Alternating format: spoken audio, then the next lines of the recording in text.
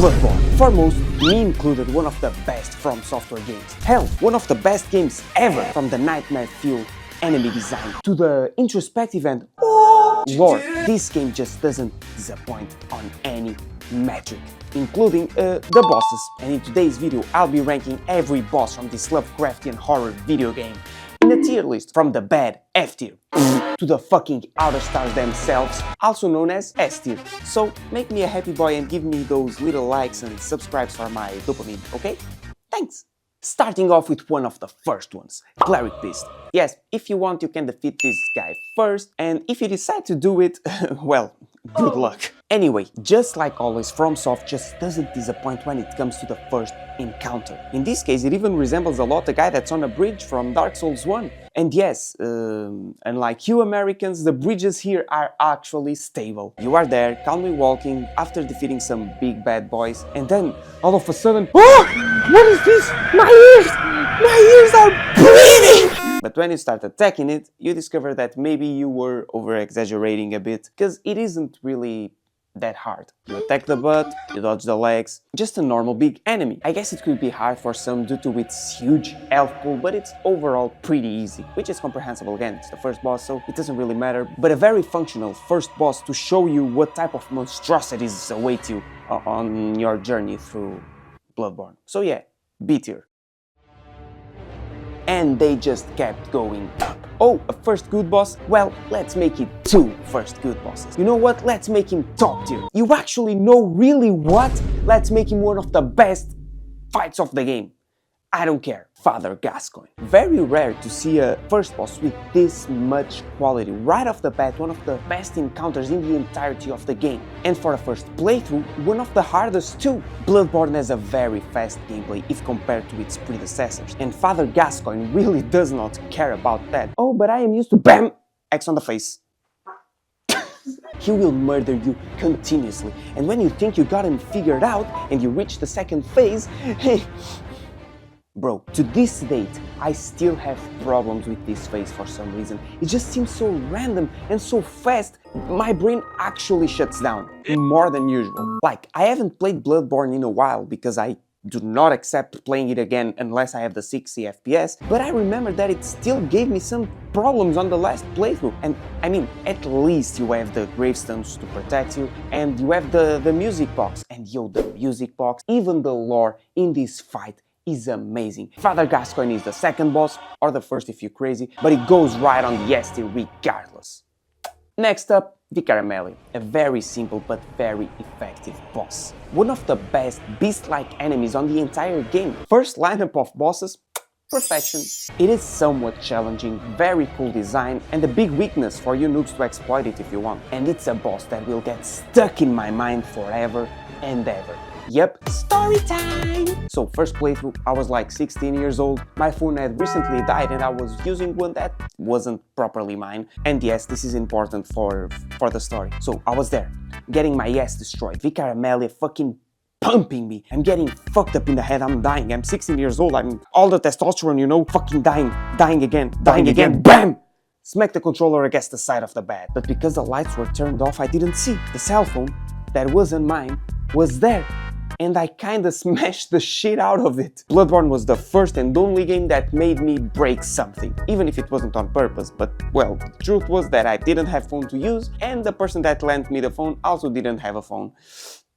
A tier. Hey, up to now, the bosses are pretty decent, but the world ain't a pretty place, and not all bosses are pretty good, because this next one fucking sucks! I know most people don't think this way about the blood-starved beast, but I really cannot find her enjoyable. I don't know if I'm bad, I probably am, but I always die too many times to this bitch. Like, halfway through the fight, she starts poisoning you with her attacks. But that's not the worst, that's completely acceptable. When you are almost defeating her, she decides to have an aura of poison. Is it farts? I don't know, but I cannot be close to her because I will die. Who the fuck had this idea is probably now in jail and with his stinky hole not in great shape and unable to hold farts. Anyway, the design is cool and all, and it's all mysterious down there, but I really just can't take it. It gets the F tier. Even the next dudes are better. The Witches of Endor. Yep, a boss that revolves around killing normal basic enemies is better than the Flappy Boy here. But not because it is better. No, they are both shit. Actually, these bitches are even shittier. The thing is, the witches of Amwick at least go by very quickly, which means that I don't have to replay this atrocity of the fight over and over again, unlike the bitch. It's not a good boss. Creative, yes, but still shit. So it joins the little fella over here on the F tier. And we keep on going. Now, with a better one. Not good by any means, but a little bit better. Darkbeast paarl. And it's really just a tiny, itsy bit better, just enough to make it out of the despicable hole. This cat, unlike almost any other cat, isn't really that likable. And I think that the internet agrees. I only found about this dude on like my third playthrough, because no one seemed to talk about him, and since he is kinda hidden, I just didn't know he existed. And after defeating him, I still have the same feelings towards him, which is nothing. A dull boss that shouldn't exist. But at least he is somewhat functional. He has lightning attacks, but then that's it. It's really hard to hit him, like the camera is all fucked up, and the FPSs go down the hole on the fight. I guess that's not really a boss problem, it's a PlayStation 4 problem, but I still don't care. Really not the best. D tier. Shadows of Yharnam. I don't know how, but they made a 3 aggressive boss fight work. It is very simple, but it is very effective.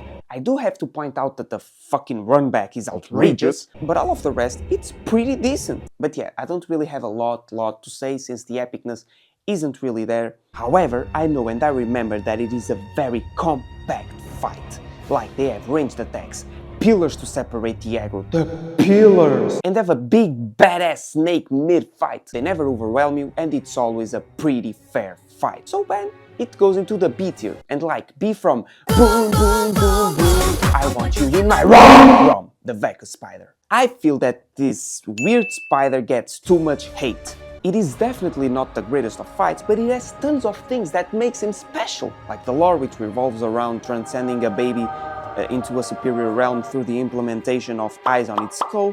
It's a little bit creepy, but I like it. It has a really beautiful arena, and this guy right before the fight, I just vibe with him. He's a cool bro. The problem here is, of course, the annoyingness of the whole thing. He teleports everywhere, he makes it rain on you, and he commands an army of spiders to literally crush your soul. But I mean, I just don't think it is the worst. You kinda have to get into the atmosphere of the whole thing. And if you do it, you will have a pretty good time. So it gets into the C tier.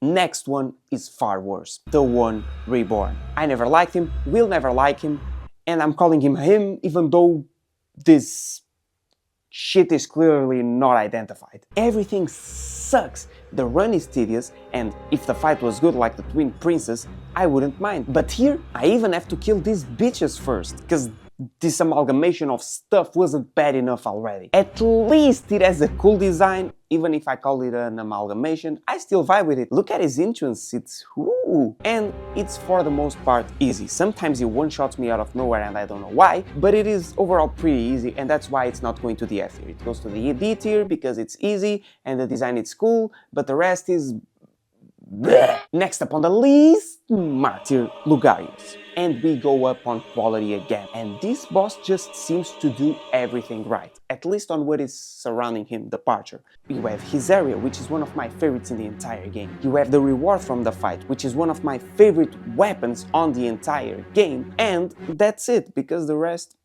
even not being bad, it's not as good. He has some annoying attacks, the arena isn't really that great, and I guess it could be a little bit more epic. I don't know, man, just give him some blood wings or something. It really wasn't that hard to make him an epic boss, but who cares? A tier because he's cool and he has like a thing to fuck up the camps and mining camps and Chinese guys and whatever. Work harder, child! Amygdala. Amygdala. Amy Winehouse.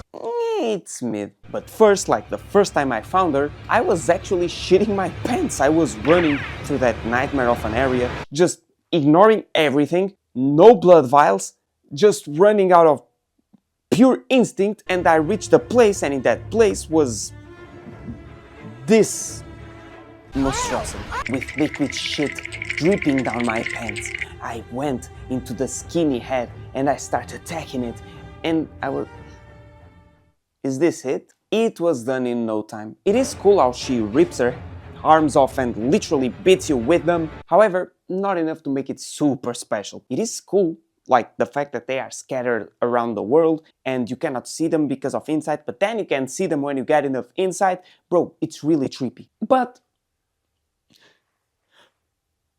sit here. Okay, now, to be different and to go into the next one, let's play a little game, okay? Just play it with me, play with me. So, take a normal enemy, clone him, now inject one with testosterone, put an health bar under it and call it a boss.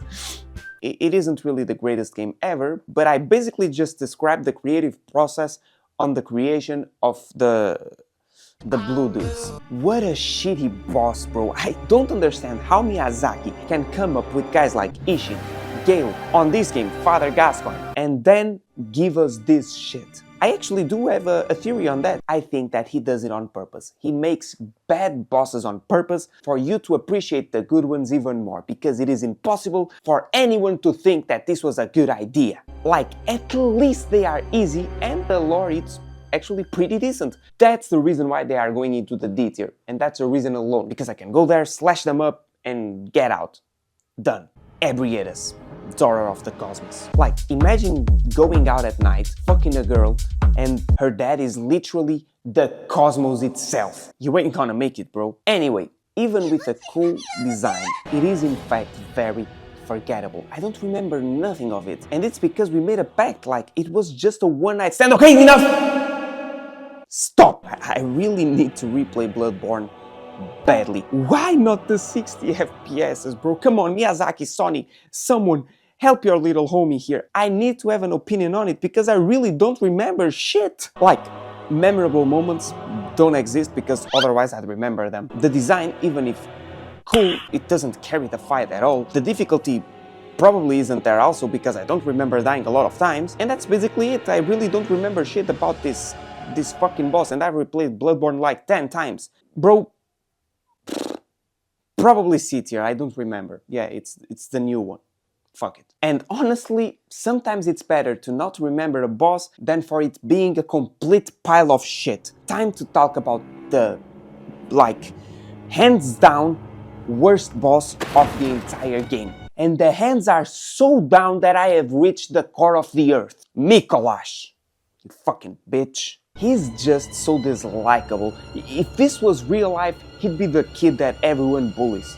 He'd basically be me. But at first I have to admit, he seems pretty cool. You enter that arena that, ooh, you go after him and you're like, hey, come here, I'm gonna get you. I'm gonna get you. Then you get to him and then you start to fight him and you see that the fight isn't really as good as you thought it would be. And when he gets low enough on health, he starts running again and you go after him again and then you fall into this pit and then he one-shots you and you have to do the entire thing again. You have to do like 10 to 15 minutes of running and mediocre fighting. Bro, but if like you poison dart him here, you don't... Dear viewer, if for a boss to be enjoyable, I have to take advantage of a bug, then the boss is a complete pile of shit, okay?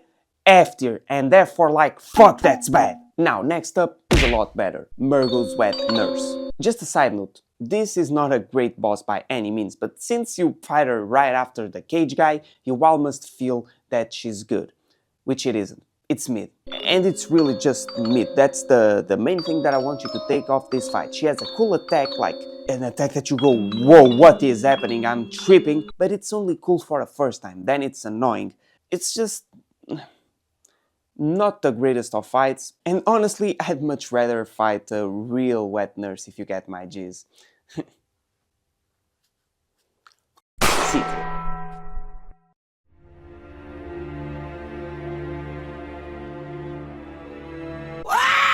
I feel that Gunther, the first hunter, yep, that's his real name, is ungodly underrated. He doesn't get the love he deserves. He sure gives a lot of love, however, he seems forgotten most times. One of the best last bosses of a Souls game, really. The first time I fought him, it took me so long. Like, it is the hardest boss on the entire game, at least by memory. Okay, the hardest good boss, I'll get to you. Such an enormous speed, a big amount of damage, he just has everything to be that hard. But actually, if you parry... I don't parry, okay? I don't parry, I don't try to parry, I don't know how to parry, I just can't. Anyway, his lore is also great. Like, it's very trippy to see him as the last boss. I'm fighting the wheelchair man. What? So it is really that good. Gehrman, yep, that's also his real name, goes on the S tier. Okay, time to conclude the game. And sadly, the last final boss doesn't really hold up to this amazing quality. Moon Presence. And I really think that they messed up. For a secret boss, and not just a secret boss, a secret final boss that you have to unlock doing an enormous side quest, I feel that this is really just mid, and it's almost only linked to the difficulty. It is really easy because the design and all the setup is there. I feel like if this boss had some more epic attacks, like 3 more epic attacks, it was a little bit more hard and a little bit more health, and on the second phase it transported you into a separate universe with red moons on the sky and great ones flying everywhere, this would bang as fuck. But on a state that it is, it's just a C tier. Now, it's time for the DLC. And I may say that this is the best DLC ever made in gaming, period. Like, the extra content from Software is literally always the best part of their games. And in this case, they didn't slack up, like at all. They just nailed everything from the vibe to the weapons and most importantly the bosses. It has some bad ones, but like the good ones more than make up for it, and they didn't even wait, cause they present you like right off the bat the best boss, literally my favorite boss in gaming. You would know if you saw this video right here. Welcome him, Ludwig, fucking Ludwig!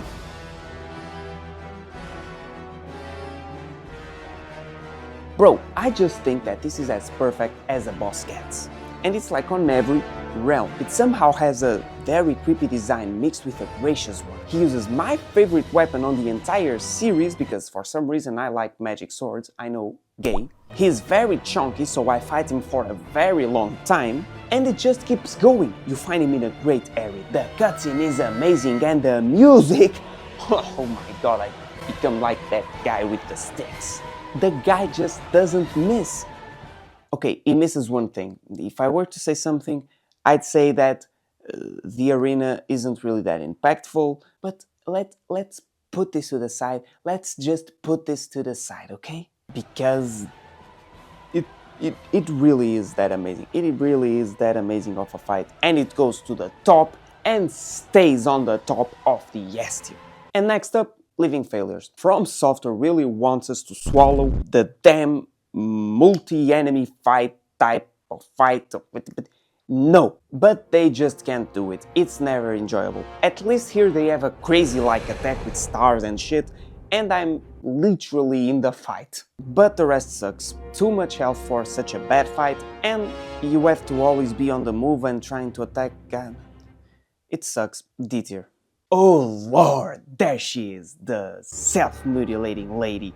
If only she had daddy issues. It's just another great fight, and it's right after the Living Failures. Maybe it's Miyazaki asking for forgiveness. Cause this big lady is amazing, and on the easier side, but all of the rest just takes everything. You see her slowly going down, using every forbidden ability she swore to never use again, only for you to send her into the Shadow Realm regardless.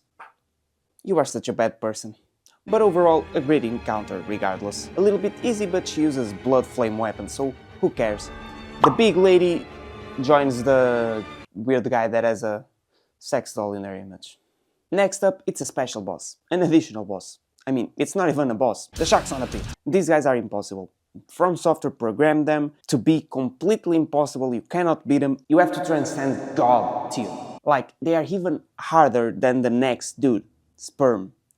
Placenta guy. The so-called hardest boss on the entire Souls franchise. Or at least the former harder boss. Now this title belongs to a semi-nude girl with wings. Orphan of course is as good and as difficult as a boss gets. This weird skinhead with a placenta as a weapon is really that fun and good. Like, you always have to be in the entire time. You have to be in the fucking fight. If you have time to heal, that's a given. I also love the lore of the entire place, and the arena is really beautiful. An epic duel that deserves nothing less than an S tier, which is basically the complete opposite of the next dude. Laurence. The good old Laurence, ain't it? I have absolutely nothing good to say about this guy. It's the only boss of the entire series that I can think of and say that it is unfair. Like, I didn't die too many times to him, but every time I died, it felt like I shouldn't have. He deals too much damage, like too much damage, has too much health, like too much health, and you can't even walk when you reach half of the fight. You cannot even walk. How is that allowed? I really cannot think about anything enjoyable about this fight. It is as bad as the boss gets, and it's the worst boss of the game after. But you said that the worst boss was Micolash. Fuck, they are both bad. Both the worst boss of the game. Fuck you, Micolash. Fuck you, Miyazaki. Fuck you, Laurence. Fuck everything. I'm gonna jump now. And this is it, another tier list on the bag. And hey, the bag is getting full. Look, overall I'd say that the Bloodborne bosses aren't really on the quality of like a Dark Souls 3. In Bloodborne, the bosses are usually over here, whereas in Dark Souls 3 they are more over here. But this just shows that for a game to be goated, you need more than just bosses. You also need a crazy guy with a sex doll to make it good. So, this is it. Thanks for watching. Subscribe to get the Elden Ring tier list, and peace, anti-fanboys.